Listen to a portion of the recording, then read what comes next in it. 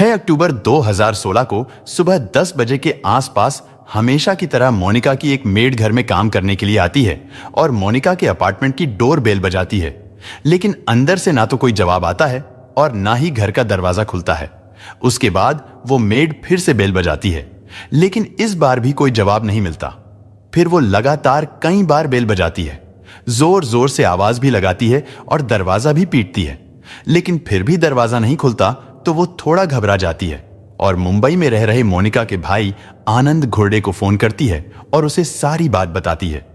इसके बाद मोनिका का भाई आनंद भी कई बार मोनिका के नंबर पर कॉल करता है, लेकिन उधर से मोनिका फोन नहीं उठाती।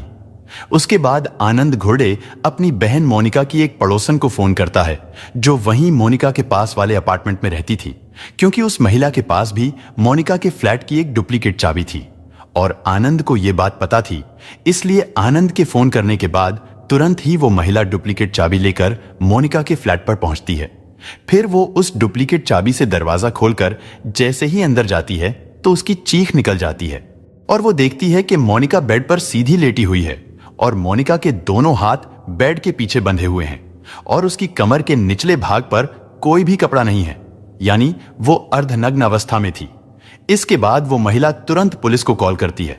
फिर थोड़ी देर बाद फॉरेंसिक टीम और गोवा पुलिस सपना राज वैली में मोनिका के अपार्टमेंट में पहुंच जाती है और जब पुलिस उसकी नब्ज टटोलती है तो पता चलता है कि मोनिका की मृत्यु हो चुकी है।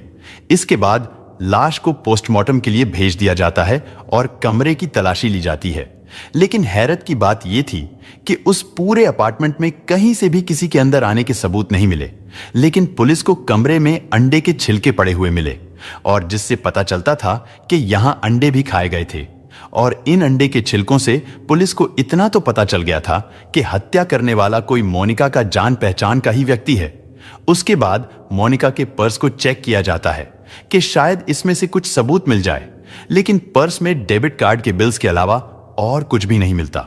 इसके बाद पुलिस सोचती है कि सीसीटीवी कैमरा को खंगाला जाए ताकि कोई वीडियो फुटेज या फिर कोई और सबूत मिल जाए, लेकिन पता चलता है कि उस सोसाइटी में कोई भी सीसीटीवी कैमरा ही नहीं है, यानी हर जगह से पुलिस को नाकामी ही हाथ लगती है। फिर पुलिस सपना राज वैली के लोगों से पूछताछ करती है कि किसी ने कोई संदिग्ध व्यक्ति मोनिका के फ्लैट में आते या जाते हुए देखा हो, पर यहां भी पुलिस को किसी से कोई जानकारी नहीं मिलती। इसके बाद पुलिस इस केस में चोरी के एंगल से भी जांच करती है, लेकिन मोनिका के फ्लैट से ऐसी कोई भी चीज गायब नहीं हुई थी जिससे यह पता चल सके कि यह हत्या चोरी की वजह से की गई है। और अब पुलिस को यही लग रहा था कि जब इस फ्लैट में जबरदस्ती कोई अंदर नहीं आया था, अब जो भी व्यक्ति अंदर आया होगा और मर्डर किया होगा वो मोनिका का खास जानकार रहा होगा। और पुलिस का सबसे पहला शक मोनिका के पति भरत राम मरुथम पर जाता है, जो कि तमिलनाडु के एक मशहूर फोटोग्राफर थे। पुलिस उन्हें पूछताछ के लिए बुलाती है और उनसे पूछताछ करती है, लेकिन पूछताछ में ऐसा कुछ भी सामने नहीं आता जिससे उन पर शक किया जाए। और इधर जैसे ही मोनिका की हत्या की खबर बाहर आती है, पूरे गोवा में हड़कंप मच जाता है, क्योंकि मोनिका एक जाना माना चेहरा थी और उसे बड़े बड़े लोग जानते थे। इसलिए जो भी इस खबर को सुनता वो दंग रह जाता। मोनिका एक जाना माना चेहरा थी, इसलिए पुलिस ने भी अपनी जांच में कोई सुस्ती नहीं दिखाई। और क्योंकि ये एक हाई प्रोफाइल केस बन चुका था और पूरे देश की मीडिया इस केस को कवर कर रही थी और पब्लिक ये जानना चाहती थी कि आखिर वो मिस्ट्री किलर कौन है, इतने में मोनिका की पोस्टमार्टम रिपोर्ट भी आ जाती है और उसमें पता चलता है कि मोनिका की मौत दम घुटने की वजह से हुई है। और यह भी पता चलता है कि मौत से पहले मोनिका के साथ बलात्कार किया गया था। इसके बाद पुलिस इस बात की भी जांच पड़ताल करती है कि कहीं किसी आपसी रंजिश की वजह से तो यह कत्ल नहीं हुआ, लेकिन मोनिका का बिहेवियर सभी के साथ बहुत अच्छा था, तो पुलिस इस एंगल को भी नकार देती है। यानी कुल मिलाकर अब तक भी पुलिस खाली हाथ थी। पुलिस हर एंगल से इस केस पर जांच कर रही थी, लेकिन फिर भी उन्हें कोई कामयाबी मिलती नजर नहीं आ रही थी। लेकिन फिर अचानक से तफ्तीश के दौरान एक पुलिस वाले का माथा ठनका और उसे याद आया कि कमरे की तलाशी के दौरान उन्हें कुछ डेबिट कार्ड के बिल्स मिले थे, लेकिन पूरी तलाशी में उन्हें कोई भी डेबिट कार्ड नहीं मिला था।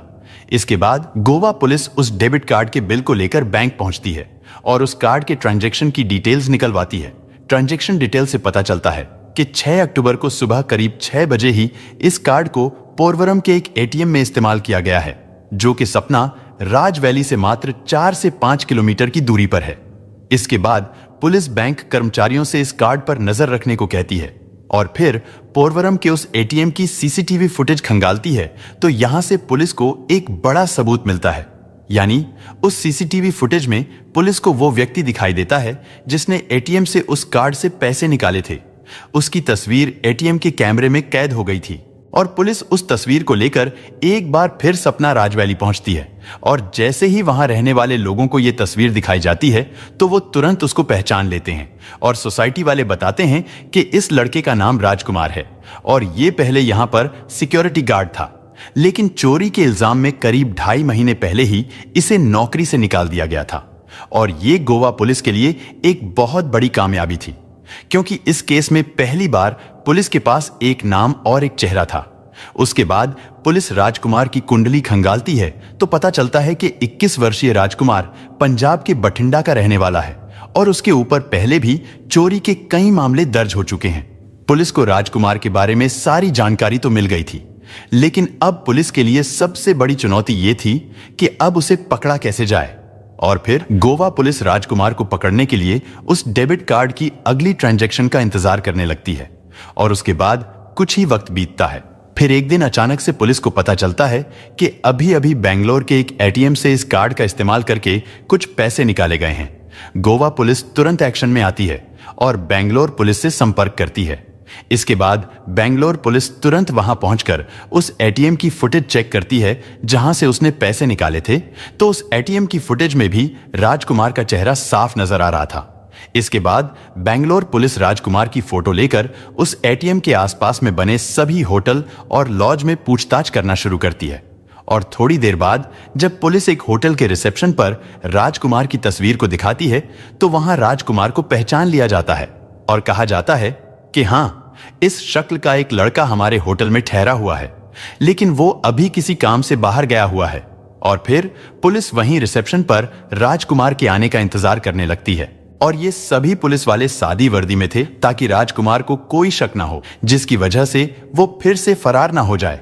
लेकिन थोड़ी देर बाद जैसे ही राजकुमार रिसेप्शन पर पहुंचता है, पुलिस वाले उसे तुरंत पहचान लेते हैं और उसे वहीं पर दबोच लेते हैं और इस तरह मोनिका घुर्डे की हत्या के मात्र 2 दिन बाद ही यानी 8 अक्टूबर 2016 को राजकुमार को बेंगलोर के एक होटल से अरेस्ट कर लिया जाता है।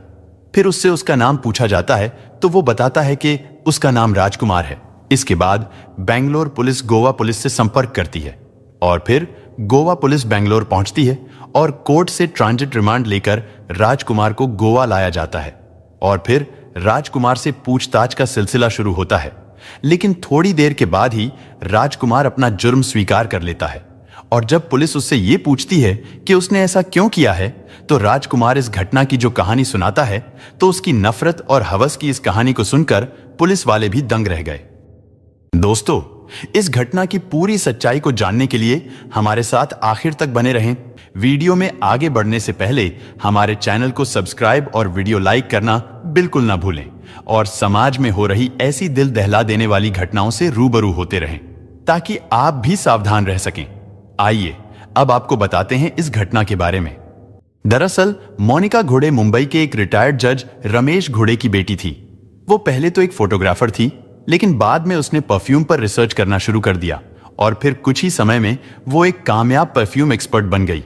दरअसल ये घटना सन 2016 की है और 2016 में ही मोनिका ने गोवा की राजधानी पणजी के पास सानगोल्डा में सपना राज वैली नाम की सोसाइटी में एक 3 बेडरूम का फ्लैट किराए पर लिया था। हालांकि मोनिका की शादी हो चुकी थी, लेकिन कुछ आपसी झगड़ों के चलते वो करीब 1 साल से अकेली ही रह रही थी और वो अकेली रहकर ही अपना परफ्यूम का बिजनेस चला रही थी। वो अपने इस प्रोफेशन की वजह से सोसाइटी में भी बहुत मशहूर थी और बड़े बड़े लोगों के साथ उसका उठना बैठना होता था। लेकिन इस घटना से करीब 4 महीने पहले यानी जून 2016 में 39 वर्ष की मोनिका घुर्डे अपने परफ्यूम के बिजनेस को और ज्यादा बढ़ाने के लिए गोवा में शिफ्ट होने का फैसला करती है और फिर 7 जून 2016 को मोनिका पणजी के पास सानगोल्डा में बनी सपना राज वैली नाम की एक सोसाइटी में फ्लैट देखने के लिए पहुंचती है। तो सोसाइटी के गेट पर मोनिका को सिक्योरिटी गार्ड राजकुमार मिलता है और इधर उस सोसाइटी के मैनेजमेंट स्टाफ ने राजकुमार को पहले ही फोन करके बता दिया था कि एक महिला फ्लैट देखने के लिए आएगी तो तुम उन्हें फ्लैट दिखा देना। और जब मोनिका वहां पहुंचती है तो राजकुमार मोनिका को फ्लैट दिखाता है और फ्लैट देखने के बाद मोनिका वहां से चली जाती है। लेकिन इस फ्लैट को देखने और दिखाने के दौरान राजकुमार मोनिका पर अपना दिल हार बैठता है और उस पर फिदा हो जाता है। और फिर 4-5 दिन बीतने के बाद एक गाड़ी सपना राज वैली सोसाइटी के गेट पर आकर रुकती है। राजकुमार गेट खोलता है तो देखता है कि मोनिका अपने सामान के साथ वहां आई है और मोनिका राजकुमार को बताती है कि उसने जो फ्लैट उसे दिखाया था वो फ्लैट उसने किराए पर ले लिया है। राजकुमार ये बात सुनकर मन ही मन बहुत खुश होता है और कुछ लोगों की मदद से मोनिका का सामान उसके फ्लैट में रखवाता है। और इन बीते हुए 4-5 दिनों में भी राजकुमार लगातार बस मोनिका के बारे में ही सोचता रहा था। यानी मोनिका का चेहरा उसके दिलो दिमाग पर पूरी तरह से छाया हुआ था।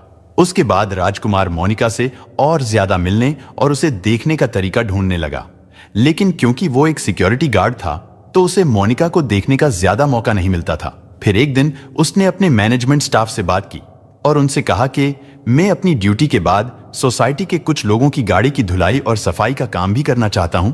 तो वहां का मैनेजमेंट उसकी इस बात को मान लेता है क्योंकि उन्हें भी यही लगता था इससे लोगों की जरूरत भी पूरी हो जाएगी और राजकुमार थोड़े ज्यादा पैसे भी कमा लेगा। लेकिन यहां राजकुमार के मन में तो कुछ और ही चल रहा था। इसके बाद वो सीधा मोनिका के फ्लैट पर पहुंचता है और मोनिका से कहता है कि अब वो गाड़ी भी साफ किया करेगा।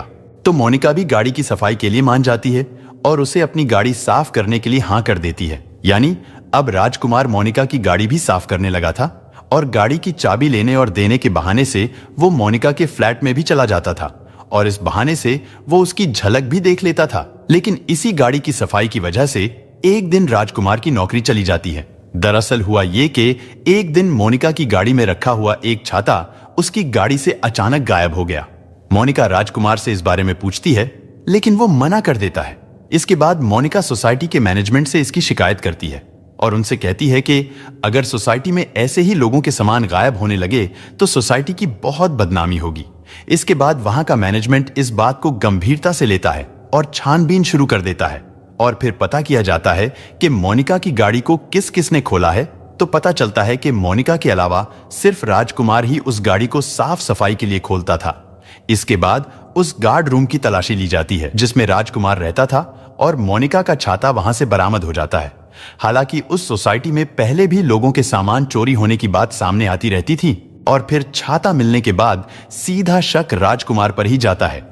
इसके बाद 22 जुलाई 2016 को राजकुमार को चोरी के इल्जाम में नौकरी से और सपना राज वैली से निकाल दिया जाता है क्योंकि राजकुमार मोनिका पर बुरी तरह से फिदा था और उसी ने उसे नौकरी से निकलवा दिया था।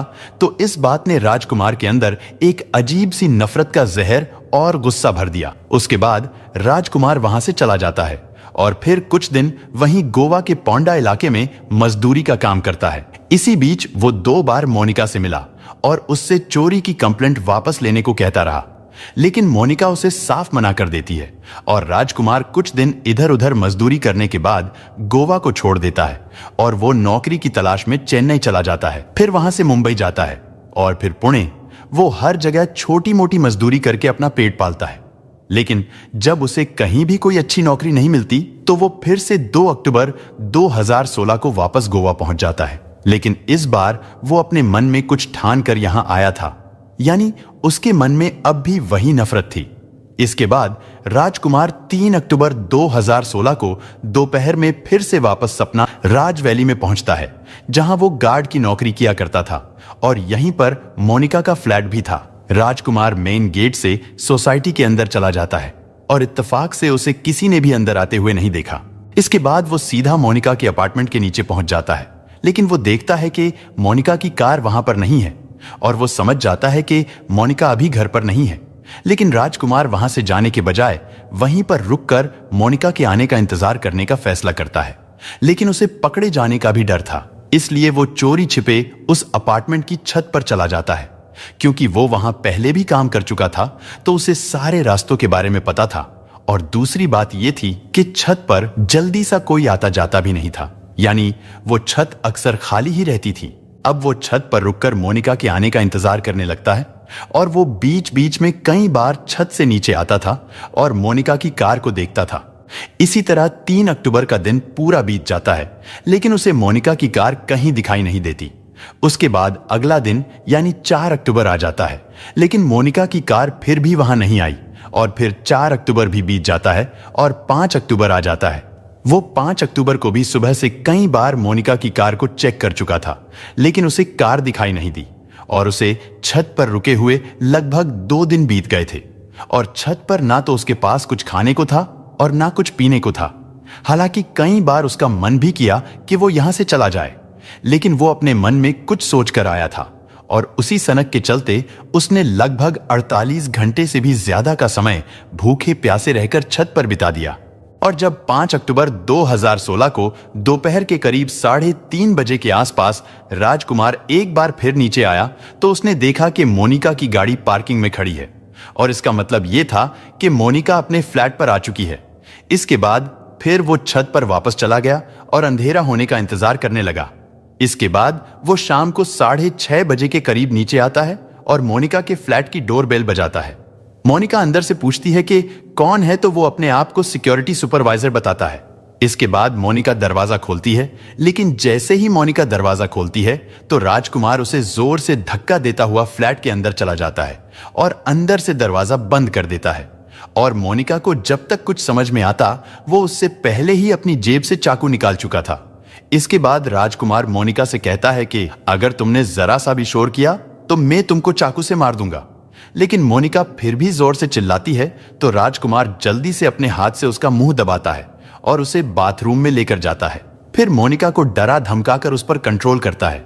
इसके बाद वो चाकू के जोर पर मोनिका को बेडरूम में ले जाता है और उसे बेड पर लिटा देता है। फिर वो पहले उसके दोनों हाथों को पीछे बेड से बांध देता है और फिर उसके दोनों पैरों को भी बेड से बांध देता है। इसके बाद राजकुमार उसे चाकू से डराकर उससे पैसे मांगता है। मोनिका बहुत डर जाती है और उससे कहती है कि पर्स में जितने भी पैसे हैं वो सब ले लो। उसके बाद राजकुमार पर्स को खोलकर देखता है तो पर्स में से करीब 4000 रुपए निकलते हैं। लेकिन राजकुमार के लिए 4000 रुपए बहुत कम थे, इसलिए वो उससे और पैसे मांगता है। तो मोनिका उससे कहती है कि मेरे पास और पैसे नहीं हैं, लेकिन अगर तुम्हें और पैसे चाहिए तो मेरे पर्स में डेबिट कार्ड पड़ा है, तुम उसे ले लो और एटीएम से पैसे निकाल लेना। लेकिन राजकुमार को डेबिट कार्ड का इस्तेमाल करना नहीं आता था, तो मोनिका उसे पैसे निकालने का तरीका भी बताती है कि ऐसे कार्ड डालना है, फिर लैंग्वेज सिलेक्ट करनी है, फिर पिन डालना है। इसके बाद मोनिका डेबिट कार्ड का पिन नंबर भी बता देती है।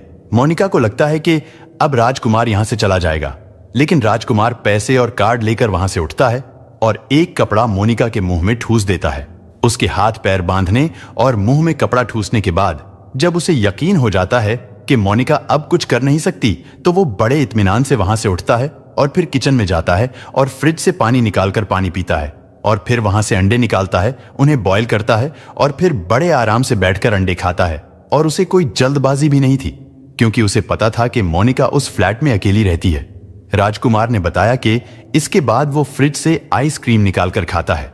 यानी 2 दिन से वो जो छत पर भूखा प्यासा रहा था, वो अपनी सारी भूख और प्यास मिटाता है। और इन सब कामों में रात के करीब 12 बज चुके थे। और जब उसकी भूख प्यास मिट गई तो वो फिर से वापस मोनिका के पास आता है। फिर वो मोनिका का फोन उठाता है, लेकिन उसमें स्क्रीन लॉक लगा था। वो फिर से चाकू की नोक पर उसका पासवर्ड पूछता है, तो मोनिका डर के मारे उसे अपने फोन का पासवर्ड बता देती है। इसके बाद राजकुमार मोनिका के मोबाइल में पोर्न वेबसाइट्स खोलता है और जबरदस्ती उसे 3 अश्लील वीडियो क्लिप्स दिखाता है। लेकिन मोनिका बिल्कुल बेसुध हो चुकी थी और अब उसे लगने लगा था कि राजकुमार उसे छोड़ने वाला नहीं है। इसके बाद राजकुमार मोनिका के दोनों पैर खोल देता है और कमर से नीचे के सारे कपड़े उतार देता है और फिर अपनी उस हवस को पूरा करता है जो उसके दिमाग में पहले ही दिन से थी, यानी जब से उसने मोनिका को देखा था। और फिर वो मोनिका के साथ बलात्कार करता है और अपनी हवस को पूरा करने में उसे अब रात के करीब 2 बज चुके थे, यानी लगभग 8 घंटे से वो मोनिका के कमरे में था। लेकिन जब उसका मन भर गया और उसे होश आया तो वो अब पहली बार घबराया, क्योंकि उसे पता था कि मोनिका राजकुमार को अच्छी तरह से जानती है और अगर उसने ये बात पुलिस को बताई तो वो पकड़ा जाएगा। इसके बाद राजकुमार बेड पर पड़े एक तकिए को उठाकर मोनिका का मुंह दबा देता है और तब तक दबाता रहता है जब तक कि मोनिका की मौत नहीं हो गई। फिर वो आराम से वहां से उठा और बाथरूम में गया, यानी उसे अब भी कोई हड़बड़ाहट नहीं थी। इसके बाद उसने शेव किया और फिर नहाया। इसके बाद 6 अक्टूबर 2016 की सुबह 3:30 बजे अंधेरे में वो चोरी छिपे वहां से निकल गया। फिर सुबह के 6 बजे एटीएम से पैसे निकालने के बाद वो बेंगलोर पहुंच गया, जहां से उसे बेंगलोर पुलिस ने अरेस्ट कर लिया। लेकिन जिस तरह से हवस और नफरत की आग में जलकर उसने रेप और इस हत्या को अंजाम दिया था, उसे सुनकर वहां पर मौजूद सारे पुलिस वाले भी दंग रह गए और वो सभी पुलिस वाले कुछ समय के लिए गुमसुम से बैठे रहे। लेकिन इसके बाद गोवा पुलिस राजकुमार के खिलाफ सारे सबूतों को इकट्ठा करती है और आईपीसी की धारा 302 यानी हत्या, 376 यानी रेप और 392 यानी रॉबरी की धाराएं लगाकर 6 जनवरी 2017 को राजकुमार के खिलाफ कोर्ट में 228 पन्नों की चार्जशीट दाखिल करती है। इसके बाद राजकुमार को जेल भेज दिया जाता है, लेकिन केस अभी भी लोअर कोर्ट में है और इस केस का फैसला आना अभी बाकी है। और इस तरह एक सनकी कातिल अपनी सनक में 48 घंटों से ज्यादा भूखा प्यासा छत पर छिपा रहा और फिर एक तरफा प्यार और नफरत में हैवान बने राजकुमार ने एक कामयाब परफ्यूम एक्सपर्ट मोनिका घोरडे की बड़ी ही बेरहमी से हत्या कर दी। दोस्तों, वैसे तो अपराधी को सजा देने का काम अदालत का होता है और राजकुमार को भी वही सजा मिलेगी जो हमारी अदालत द्वारा तय की जाएगी। लेकिन आपके अनुसार राजकुमार को क्या सजा मिलनी चाहिए? कमेंट बॉक्स में जरूर बताएं। दोस्तों, इस घटना को सुनाने का उद्देश्य किसी का दिल दुखाना नहीं है, किसी को परेशान करना नहीं, बल्कि आपको जागरूक करना है, आपको सचेत करना है। दोस्तों, इस पूरी घटना के बारे में आपकी क्या राय है? कमेंट बॉक्स में जरूर बताएं। और अगर हमारी मेहनत पसंद आई हो तो इस वीडियो को लाइक करते हुए शेयर भी करें। अगर आपने अब तक चैनल को सब्सक्राइब नहीं किया है तो हमारे चैनल को सब्सक्राइब कर लीजिए। धन्यवाद।